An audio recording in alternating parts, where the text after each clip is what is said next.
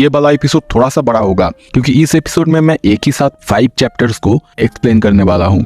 Episode की सबसे पहले हम जिनवू को देखते हैं। वो अपने मॉनिटर में अपने सारे स्टैट्स को देख रहा था और कहने लगता है, देख के तो ऐसा लगता है जब भी मैं लेवल अप करता हूँ मेरा 1 पॉइंट करके बढ़ता है और मुझे 3 पॉइंट मिलते हैं जब मैं अपना डेली क्वेस्ट कंप्लीट करता हूँ, और जब भी मैं लेवल अप करता हूँ मुझे 5 पॉइंट्स मिलते हैं। और ऐसा लगता है कि बीस्ट का हंट करने का जो तरीका है वही सबसे फास्टेस्ट तरीका है लेवल अप करने का। पर मुझे ये नहीं पता ये मुझे या फिर मेरे ताकत को बढ़ाने में कितना डिफरेंस देगा। मेरा जो स्ट्रेंथ का स्टैट्स है वो अभी 20 में है, पर मुझे कोई भी डिफरेंस फील नहीं हो रहा है। पर जो भी हो, मुझे इतना तो पता चल ही गया है, मैं जितना ज्यादा लेवल अप करूंगा मुझे उतना ज्यादा पावर मिलेगा, मेरा ताकत भी उतना ज्यादा बढ़ेगा। अब तो लगता है मेरे पास एक चांस है ताकतवर बनने का। जिनवू के सामने हम बहुत सारे मरे हुए वुल्फ्स को देखते हैं जिनको उसी ने मारा है, और वो उन सबको देख रहा था और सोच रहा था, मैंने इन सबको मारा है पर मुझे कोई भी एसेंस स्टोन नहीं मिला है। इसका क्या मतलब है? क्या ये सारे बीस्ट जो है ये अलग तरीके से काम करते हैं? ये जो जगह है क्या ये अलग तरीके से काम करता है? पता नहीं ये मेरे साथ क्या हो रहा है, पर लग रहा है कोई स्ट्रेंज फेनोमेनन मेरे साथ घट रहा है, जैसे कि ये गेम लाइक सिस्टम कोई मुझे कंट्रोल कर रहा है, इन सारे बीस्ट को कंट्रोल कर रहा है, और ये वही एक सिस्टम के द्वारा बनाया गया है। सो इसीलिए मुझे नॉर्मल दुनिया की तरह, नॉर्मल डेंजन्स की तरह कोई एसेंस सिस्टम तो नहीं मिलता, पर मुझे अलग अलग आइटम्स मिलता है, जैसे कि अभी ये लाइकास फैंग मिला है। और तभी वहां पे वो मॉनिटर में अपने एक अलग से शॉप को भी देखता है। ये देख के वो शॉक होता है। उसी शॉप में उसे परचेस और सेल्स दोनों करने का मौका मिलता था। अभी वो इतना ताकतवर नहीं हुआ है कि वो बाहर से कुछ भी परचेस कर सके, और तभी वो अपने पास जो अपना इन सारे वुल्फ्स को मार के मिला है वो बेचने की कोशिश करता है, जिसका उसे 20 गोल्ड मिलता है, और उसे अभी पता नहीं 20 गोल्ड का मतलब कितना कैश में होता है। अब मैं क्या करूं?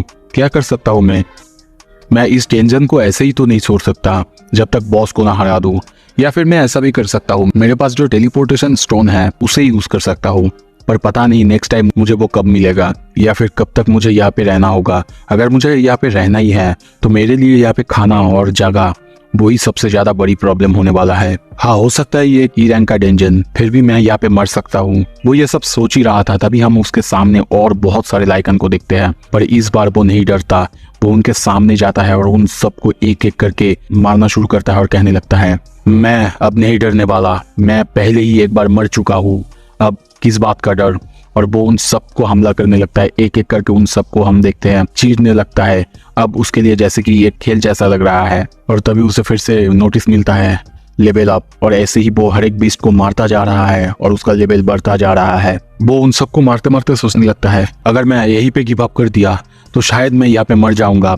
हो सकता है मैं अपनी फैमिली को, मेरे माँ को, मेरे बहन को नहीं बचा पाऊँ, मैं अपना सब कुछ खो दूंगा, और मैं हमेशा तो ऐसे ही शैडो में नहीं रह सकता, हमेशा ऐसे ही छुप के नहीं रह सकता। इसका मतलब मुझे और ज्यादा ताकतवर बनना होगा और सबसे लड़ना होगा। अगर इन सब के लिए मुझे इन सारे अजीब अजीब से रूल्स को मानना पड़े तो भी मैं मानूंगा। वो धीरे धीरे उस डेंजन के अंदर आगे बढ़ते जा रहा है, धीरे धीरे सारे बीस्ट को मारते जा रहा है, पर उसके सामने हम देखते हैं ऐसे बहुत सारे लाइकन्स आते जा रहा है, पर इस बार उसे कोई डर नहीं। और तभी नोटिस मिलता है उसे, you have gained the title wolf assassin.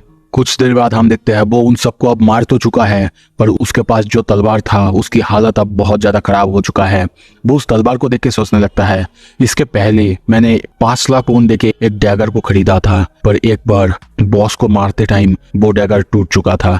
भले ही वहां पे मुझे रिवॉर्ड में ई रैंक का 3 एसेंस स्टोन मिला, पर वो इतना ज्यादा वर्थ इट नहीं था, इसीलिए उसके बाद से मैं कभी भी अपने लिए हथियार नहीं खरीदता हूँ। भले ही मुझे हाथों से लड़ना पड़े, भले ही मुझे लड़ने में और ज्यादा मुश्किल हो, फिर भी वो सामने देखता है, उसके सामने आसपास हम बहुत सारे लाइकन्स को देखते हैं, चारों तरफ बस खून और खून। तभी इन्वेंट्री में दिखाया जाता है, उसके इन्वेंटरी में अभी 34 वुल्फ्स का फैंग्स है, 2 डैगर हैं और एक ट्रैवलर्स क्लॉक और एक टेलीपोर्टेशन स्टोन है। टेलीपोर्टेशन स्टोन को हाथ में लेके वो बस सोचने लगता है, क्या हो गया? क्या मैं अब वापस जाऊं? क्या करूं मैं? क्या कर सकता हूं मैं? मुझे नहीं पता दूसरा मौका मुझे फिर मिलेगा कि नहीं, मेरे ताकत को बढ़ाने का मौका फिर से मुझे मिलेगा कि नहीं। अगर मैं टेलीपोर्टेशन स्टोन का यूज करूं, क्या ये जो डेंजन है ये डिसअपियर हो जाएगा, या फिर इसके अंदर का जो डीमंस है वो सब बाहर असली दुनिया में आएंगे, या फिर क्या ऐसा हो सकता है ये जो डेंजन, ये सारे बीस्ट ये किसी का बनाया हुआ हो? पता नहीं, पर मुझे ऐसा लग रहा है कोई अननोन बीइंग मुझे कंट्रोल कर रहा है। ऐसा लग रहा है मैं किसी का खिलौना हूँ। क्या मैं आगे जाऊं या फिर क्या मैं रिट्रीट कर लूं? क्या करूं मैं। और ये सब सोचते सोचते हम देखते हैं तभी वो टेलीपोर्टेशन स्टोन को अंदर रख देता है और आगे बढ़ने लगता है और अंदर जाने लगता है। तभी देखते हैं फिर से उसके सामने और सारे लाइकन्स और सबको मारने लगता है। धीरे धीरे ऐसे ही लेवल अप करने लगता है और सोचने लगता है हर बार धीरे धीरे जब मैं लेवल अप कर रहा हूँ इन सारे मैजिक पीस से लड़ना मेरे लिए और ज्यादा आसान हो रहा है। आई डेफिनेटली फील मैं और ज्यादा स्ट्रांग हो रहा हूँ, पर पता नहीं ये डेंजन ये नॉर्मल तरह का डेंजन नहीं लग रहा है। इसके अंदर का जो कीचड़ है ये भी नॉर्मल तरह का डिमंस, नॉर्मल तरह का मैजिक बीस्ट नहीं लग रहा है। ऐसा लगता है जैसे कि मैं कोई गेम खेल रहा हूँ। वहाँ पे एक तरह का पैटर्न होता है और यहाँ पे भी वैसा ही है। जैसे कि जो बंदर्स की तरह दिखने वाले बीस्ट होते हैं वो हमेशा ऊपर से हमला करते हैं, दूसरी तरफ जो कैट्स और अलग तरह का जीव ऐसा ही जीव होते हैं वो आसपास राइट और लेफ्ट से हमला करते हैं। ये सब सोचते हुए वो ऊपर नीचे हर तरफ से आने वाले हर एक मैजिक बीस्ट को हमला कर रहा है और हम भी धीरे धीरे देख रहे हैं कि उसकी जो आँख है वो ग्लो करना शुरू करता है, वो अब ताकतवर हो रहा है। तभी वो एक लाइकन को मारता है और उसके ऊपर देखता है जो लिखा हुआ था स्टील फैंग लाइकन। ये देख के वो सोचने लगता है ये लेवल, हर एक मैजिक बीस्ट का लेवल का जो कलर होता है उनका कलर चेंज होता है और वो ये दिखाता है कि वो कितना ज्यादा ताकतवर है। मतलब अगर कोई भी बीस्ट का लेवल रेड होता है मतलब वो तुमसे बहुत ज्यादा ताकतवर, और अगर कोई भी बीस्ट का लेवल ऑरेंज होता है तो वो तुम्हारे जैसा स्ट्रॉन्ग, और अगर सिर्फ व्हाइट होता है तो तुमसे बहुत ज्यादा कमजोर होंगे। ये सारे लाइकन्स पहले तो इनके ऊपर का लेवल ऑरेंज था पर अभी व्हाइट है, मतलब मैं उनसे अब ज्यादा स्ट्रांग हो चुका हूँ, मेरा ये जो करंट लेवल है। पर पता नहीं, तभी वो नीचे की तरफ देखता है और सोचने लगता है मेरे ये जो करंट लेवल है इस लेवल के अंदर क्या मैं इस नीचे का बीस्ट को हरा पाऊंगा, क्या इतना काफी होगा। पता नहीं क्यों पर मुझे गुज़बाम्स आ रहे हैं। मेरा जो सेंस स्टैट्स है वो इंक्रीज हो चुका है, इसीलिए मुझे पता चल रहा है जो अंदर है वो एक मॉन्स्टर है। तभी वो तलवार को देखते हुए कहता है मेरा तलवार, मुझे पता है ये और नहीं कर पाएगा, ये और नहीं सह पाएगा। धीरे धीरे वो आगे बढ़ने लगता है, सीढ़ी से नीचे उतर के और ज्यादा अंदर जाने लगता है। आसपास की सारी जगह को देख के वो सोचने लगता है क्या सच में ये हैपजोंग स्टेशन है। और तभी उसके सामने कुछ आता है, बहुत ज्यादा स्पीड से उसके ऊपर हमला करता है। वो किसी तरीके से उस हमले को रोकता है पर वो हमला उसे बहुत ज्यादा दूर एक दीवार पे जाके मारता है। और तभी वो अपने तलवार की तरफ देखता है और चौंक जाता है। उसकी तलवार अब पूरी तरह से टूट चुका था और उसके सामने एक हम बहुत बड़े से स्नेक बीस्ट को देखते हैं जिसका नाम था king of swamp blue fang काकासा। पर उसके ऊपर का जो लेवल था वो अभी भी ऑरेंज था। ये देख के जिन्हों को विश्वास ही नहीं हो रहा था कि ये ऑरेंज ये कैसे हो सकता है, ये मॉन्स्टर इतना ज्यादा ताकतवर है। फिर भी पर अब उसके पास कोई रास्ता नहीं था। वो तैयार होता है लड़ने के लिए और तभी अपने टूटा हुआ तलवार का ग्रिप बहुत ही ज्यादा मजबूती से पकड़ता है। जिन्बू के सामने हम स्नेक को देखते हैं। ये स्नेक इतना बड़ा था, जिन्बू उसके सामने एक चींटी की तरह था। वो उस स्नेक को देख के सोचने लगता है स्वॉर्ड इसके शेल को नहीं तोड़ सकता और सिंपली कोई नॉर्मल पंच या फिर अलग अटैक भी इसके ऊपर नहीं लगता है कि काम करेगा। वो ये सब सोच ही रहा था कि तभी वो स्नेक उस पर अटैक कर देता है। वो किसी तरीके से उस स्नेक को डॉज करने की कोशिश करता है और सोचने लगता है ये बीस्ट ये खुद के स्पीड और बॉडी वेट से अटैक कर रहा है, मुझे इसके डिफेंस को ही तोड़ना होगा। पर मैं कैसे करूं, क्या मैं इतने ज्यादा मजबूत शेल्स के अंदर से उसको हार्म कर पाऊंगा। स्नेक को देखते हैं वो उस पर हमला करे जा रहा है। जिन्बू कोशिश कर रहा है हर बार जब वो आ रहा है अपने उस टूटा हुआ तलवार से उसको थोड़ा सा हमला करे, उसको थोड़ा सा डैमेज पहुंचाए, पर उसने को कुछ भी नहीं हो रहा था। वो लिटरली जिन्बू को बहुत ही आसानी से ओवरपावर कर रहा था। जिन्बू की हालत अब बहुत ज्यादा खराब है, वो बहुत ज्यादा टायर्ड भी हो चुका है। तभी वो कहता है मुझे लगा था मैं अभी थोड़ा सा स्ट्रांग हो चुका हूँ पर इतना इनफ नहीं है, पर मुझे कितना और ज्यादा स्ट्रांग होना पड़ेगा इसे मारने के लिए, कितना और ज्यादा स्ट्रांग होना पड़ेगा मेरे पास्ट को ओवरकम करने के लिए। और तभी धीरे धीरे वो अपने सारे पास्ट के बारे में सोचता है, सोचने लगता है कि उसे सब द वीकेस्ट हंटर कहते थे, उसकी बात को कोई परवाह नहीं करते थे, उसे उसका सब मजाक उड़ाते थे। यही सब सोचते हुए वो उस स्नेक से लड़ रहा है और तभी काइंड ऑफ इरिटेट और गुस्सा होकर वो कहता है हो सकता है मैं वीक हूँ इसीलिए मुझे वो निकनेम मिला है। मैं बहुत ज्यादा शर्मिंदा हूँ कि मैं वीक हूँ। ओवरवेलमिंग पावर ही है जो कि दूसरों को तुम्हारे सामने झुका सकता है। नो मैटर कितने अलग अलग तरह का स्ट्रेंथ तुम्हारे पास है, सब कोई हेल्पलेस हो जाएगा जब कोई और ज्यादा पावरफुल सबसे ज्यादा पावरफुल उनके सामने आ जाएगा। लोग मुझे बहुत ही नीची नजरों से देखते हैं क्योंकि मैं वीक हूँ। हाँ लोग कहते हैं मेरे पास इंटेलिजेंस है, विजडम है, पर पावर के सामने ये सब कुछ भी नहीं। जब किसी का पावर के साथ सामना होता है तो इजीली कोई भी तुम्हें बिट्रे करेगा और इसीलिए मुझे स्ट्रांग बनना ही पड़ेगा। मैं इतना दूर अब आ चुका हूँ क्योंकि मैं स्ट्रांग बनना चाहता था और मैं बनूंगा। जिनवू का हालत देखते हैं बहुत ज्यादा खराब है। उसकी हाथ शेक कर रहा है, वो लिटरली उठ नहीं पा रहा है। उसकी बॉडी बहुत ज्यादा एग्जॉस्टेड है, पर उसके दिमाग में एक ही चीज है, आई मस्ट बिकम स्ट्रॉन्गर। अब उसकी बॉडी ग्लो करने लगता है और तभी हम देखते हैं वो अब स्नेक पर धीरे धीरे हमला करने की कोशिश कर रहा है वो उसे ओवरकम करने की। और तभी वो उसी स्टैचू के बारे में सोचता है। स्टैचू ऑफ गॉड के सामने तुम कुछ भी नहीं हो। जो डर उस दिन मैंने फील किया था, अब उस डर के बारे में सोच के तुम्हें देख के मुझे बिल्कुल डर नहीं लगता। अब वो उसके ऊपर हमला कर रहा है, वो उसके स्किन को चीरने की कोशिश कर रहा है। उसके आंखों के साइड में से जो हिस्सा जाता है वहां से उसको अटैक कर रहा है। वो स्नेक भी कम नहीं है, वो भी जिनवू के ऊपर बहुत ही खतरनाक बार कर रहा है, कोशिश कर रहा है कि वो उसे किसी तरह मारे। पर तभी देखते हैं जिनवू उसकी गर्दन के साइड को पकड़ लेता है और वहां पे बहुत ही जोर से अपने उंगलियों से दबाने लगता है। उस स्नेक को बहुत ज्यादा प्रॉब्लम हो रहा था। जिनवू सोचने लगता है मैंने अपना सब कुछ स्ट्रेंथ का स्टैट में दे दिया है, इतना तो अब मेरे पास स्ट्रेंथ होना चाहिए कि मैं इसे मार सकूं। और तभी और जोर से वो स्नेक को दबाने लगता है। स्नेक को बहुत ज्यादा प्रॉब्लम हो रहा है। हम देखते हैं वो इधर उधर जिनवू को लेकर पटकने लगता है, पर जिनवू फिर भी उसके गले को नहीं छोड़ता और ज्यादा जोर से चिपकने लगता है और ज्यादा जोर से उसे टाइट करके अपने उंगलियों से और ज्यादा चिपक के पकड़ने लगता है। गुस्से में कहता है मर जाओ तुम। सीन शिफ्ट होता है, दूसरी तरफ हम हॉस्पिटल के सीन को देखते हैं। डॉक्टर आ चुका है, वहाँ पे जिनवू के बारे में बात हो रहा है कि वो सुबह गया था पर अभी भी वापस नहीं आया है। पर डॉक्टर उसे एश्योर करते हुए कहता है कल उसे छुट्टी मिल जाएगा और हो सकता है वो बहुत जल्दी रिकवर कर लिया है। उसे अच्छे से समझाता है कि ये जो हंटर्स होते हैं चाहे वो कितना भी कमजोर हो, वो नॉर्मल ह्यूमन से बहुत ही ज्यादा अलग होते हैं और वो बहुत ही जल्दी रिकवर कर लेते हैं। दूसरी तरफ जिनवू को देखते हैं, उसका लेवल बहुत ज्यादा अप हो रहा है, बहुत सारा नोटिस उसे एक साथ मिल रहा है और तभी हमें हंसने की आवाज सुनाई देता है। लगता तो है मैंने उसे हरा दिया, इसका मतलब अब पहले से मैं थोड़ा सा ज्यादा ताकतवर बन चुका हूँ। तभी हम उसे उसी स्नेक के साथ बैठा हुआ देखते हैं। वो स्नेक अब मर चुका है और तभी उसे नोटिस मिलता है तुमने काकासा को हरा दिया है। और हराने के बाद उसे और 2 आइटम मिलते हैं, जैसे कि काकासा का वेनम फैंग, एक डैगर जिसका डिफिकल्टी लेवल C है और दूसरी तरफ है एक पॉइजन। इन सब का अलग अलग ताकत होता है। जैसे कि ये डैगर है दोस्तों, ये डैगर का इफेक्ट बहुत ही अच्छा होता है। इससे अगर किसी को हिट किया जाएगा वो पैरालाइज हो जाएगा और जब तक उसका खून पड़ेगा हर एक बार उसका 1% जो हेल्थ है वो घटता जाएगा। जो पॉइजन आइटम है उसका भी अलग तरह का ताकत है। उस स्नेक को हराने के बाद वो अपने कपड़े और तलवार के बारे में सोचने लगता है मेरा बॉडी अब बहुत ज्यादा कमजोर हो चुका है, मैं कुछ भी महसूस नहीं कर पा रहा हूँ, बहुत थक गया हूँ। पर बदले में किम की स्वॉर्ड से भी बहुत अच्छा डैगर मिला है। और तभी उसे एक नोटिस मिलता है तुमने बॉस को हरा दिया है, अब ये जो डेंजन है ये अपने ओरिजिनल स्टेट में आ जाएगा। और तभी धीरे धीरे हम देखते हैं वो डेंजन पूरी तरह से गायब होने लगता है, जैसे कि गेम में होता है। जिनवू कहता है क्या ये खत्म हो गया? तभी हम देखते हैं धीरे धीरे वो बाहर जा रहा है।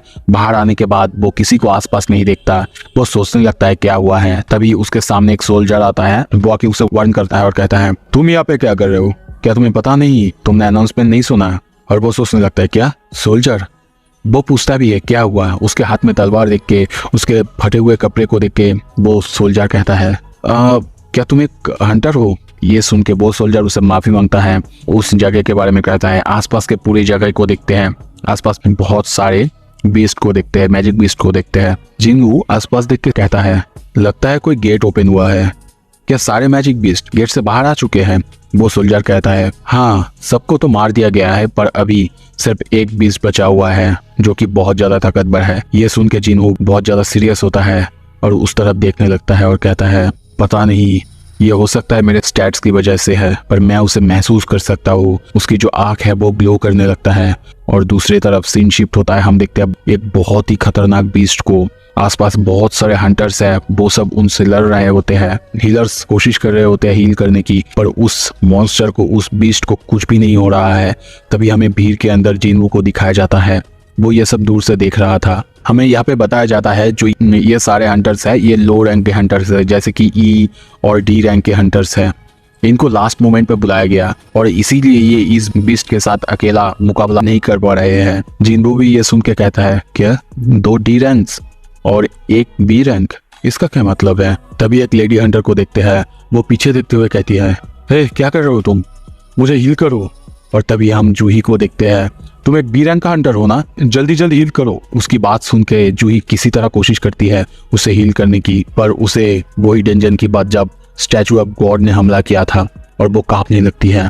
जिनवू दूर से ये सब देख रहा था और सोचने लगता है, एक हफ्ता हो चुका है फिर भी वो खुद को संभाल नहीं पाई। हाँ मैं समझ सकता हूँ, क्योंकि मैं भी तो आई मस्ट ओवरकम दिस। और वो लड़ने के लिए रेडी होता है और उस बॉस की तरफ एम करते हुए कहता है, ये जो बॉस है लगता तो है ये डी रैंक का है, पता नहीं, पर जिससे मैं लड़के आया हूँ उससे तो कमजोरी लग रहा है। और तभी देखते हैं वो उस अपने टूटे हुए तलवार को बहुत ही ज्यादा स्पीड में मॉन्स्टर की तरफ फेंकते हैं। दूसरी तरफ सारे हंटर्स लड़ रहे होते हैं पर उनका अटैक्स किसी भी काम नहीं आ रहे हैं। तभी हम देखते हैं उस मॉन्स्टर को कुछ होता है, वो मॉन्स्टर इंस्टेंटली कोलैप्स कर जाता है, उसके बॉडी के टुकड़े टुकड़े हो जाता है।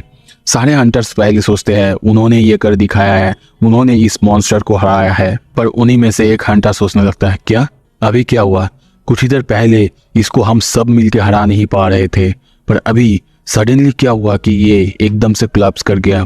और तभी सारे जो हथियार है उनके बीच वो जिनवू का टूटा हुआ तलवार को देखता है और सोचने लगता है, कैसे हमारे पास इतने सारे हथियार हैं, सिर्फ एक छोटे से तलवार से कोई इसे कैसे मार सकता है। पीछे सोल्जर को देखते हुए कहता है, क्या तुमने इस तलवार को इसे देखा है, पता है ये किसका है? वो सोल्जर ये जानता था ये जिनवू का है, वो आसपास देखने लगता है पर उसे जिनवू नहीं मिलता। वहां पे सीन शिफ्ट होता है, दूसरी तरफ हम फिर से जिनवू को देखते हैं।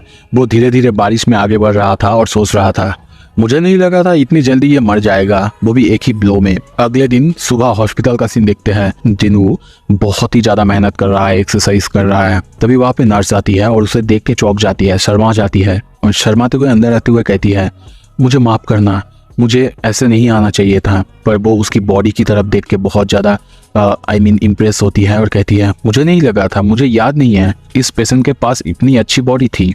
तभी वो उसे इन्फॉर्म करता है कि उसे आज डिस्चार्ज कर दिया जाएगा। बहुत ही ज्यादा शर्माते हुए वो जिनवू से उसका नंबर मांगता है, पर जिनवू को ये उसे लगता है कि वो उसका जो एग्जाम्स हुए हैं रिजल्ट्स को भेजने के लिए वो उसका नंबर मांग रही है। सीन शिफ्ट होता है, जिनवू के घर को देखते हैं, वहाँ पे उसकी बहन स्कूल जाने के लिए रेडी हो रही है। दरवाजा खोल के जिनवू बाहर आता है। जिनवू की बॉडी और हाइट को देख के उसकी बहन भी बहुत ज्यादा चौंक जाती है। उसकी बॉडी को देख के सबसे पहले तो पूछती है, क्या तुम एक्सरसाइज कर रहे हो? जिनवू कहता है, हाँ, पर क्यों? उसकी बहन खराब होते हुए कहती है, क्योंकि तुम बहुत ज्यादा लंबा और तुम्हारा बॉडी बहुत ज्यादा चेंज हो चुका है। तुम्हें क्या लगता है एक्सरसाइज करने से सब क्या लंबा होते हैं? मुझे नहीं लगा था कि 20s के बाद कोई भी लंबा होता है। पर जिनवू कहता है, ये सब आलतू फालतू बातें करना बंद करो और ये लो अम्ब्रेला। उसके स्कूल चले जाने के बाद जिनवू अपने मॉनिटर में देखता है उसका जो डेली क्वेस्ट था वो सारा कुछ तो कंप्लीट कर लिया है, पर अभी उसके लिए रनिंग करना बचा हुआ है। और तभी वो भी अपने बॉडी को देख के सोचने लगता है, मैंने कुछ मसल तो गेन कर लिए हैं, मेरा बॉडी भी बहुत अच्छा हो चुका है, जिस तरह से मेरा स्ट्रेंथ बढ़ रहा है मुझे लगता है एक वक्त आएगा मैं ऐसा हो जाऊंगा। तभी उसे एक कॉल आता है जो कि रेन के लिए पूछ रहा था। जिनवू कहता है वो आज ही शाम को दे देगा। कॉल रखने के बाद जिनवू सोचने लगता है, सेकेंड अवेकनिंग, क्या मुझे वो मिला है? जिस तरह से मैं खुद का ग्रोथ कर रहा हूँ, लगता तो है बहुत जल्दी मैं और हाई रैंकिंग में पहुंच जाऊंगा। जितना ज़्यादा हाई रैंक उतना ज़्यादा पैसा मिलता है, उतना ज़्यादा एसेंस स्टोन मिलेगा और उतना ही ज़्यादा ताकतवर बीस्ट। पर डी रैंक और ई रैंक के हंटर्स उनको बहुत ज़्यादा पैसा नहीं मिलता है।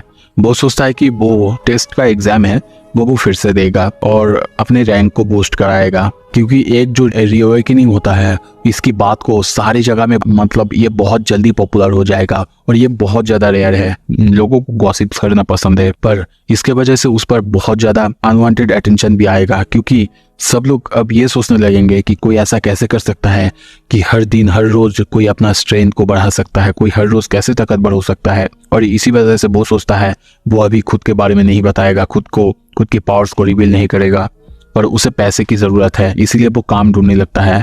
और तभी सीन शिफ्ट होता है, दूसरे जगह में हम देखते हैं जिनवू शायद काम के लिए आया है, वहाँ पे और सारे हंटर्स को देखते हैं। तभी वहां से और एक आदमी आता है और उसको ग्रीटिंग्स करते हुए कहता है, मेरा नाम है होंग डॉनसुक। जिनवू भी खुद को इंट्रोड्यूस करता है, पर वहां से और दो हंटर्स आते हैं और वो लोग उसे पहचान जाते हैं, उसका मजाक उड़ाने लगते हैं। पर डोंगसुक उनको चुप करने के लिए कहता है और कहता है ये सिर्फ फीलिंग करने के लिए है।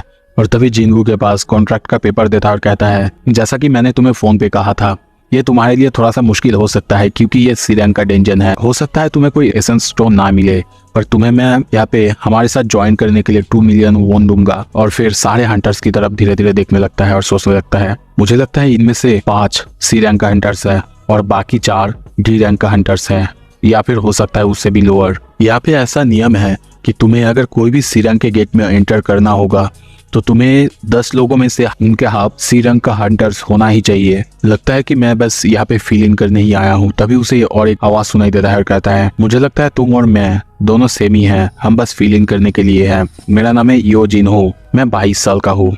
और वो बहुत ही हंसने लगता है और पता नहीं जिनहो उसे देख के बहुत ही ज्यादा चौंकता है और कहता है, ये बंदा क्या प्रॉब्लम है इसके साथ, इसके ऊपर इतना सारा फैंसी इक्विपमेंट, ये सब क्यों है, और क्या ये कोई बिजनेस टाइकून का बेटा है। जिनहो फिर पूछता है, तो फिर मुझे क्या करना है।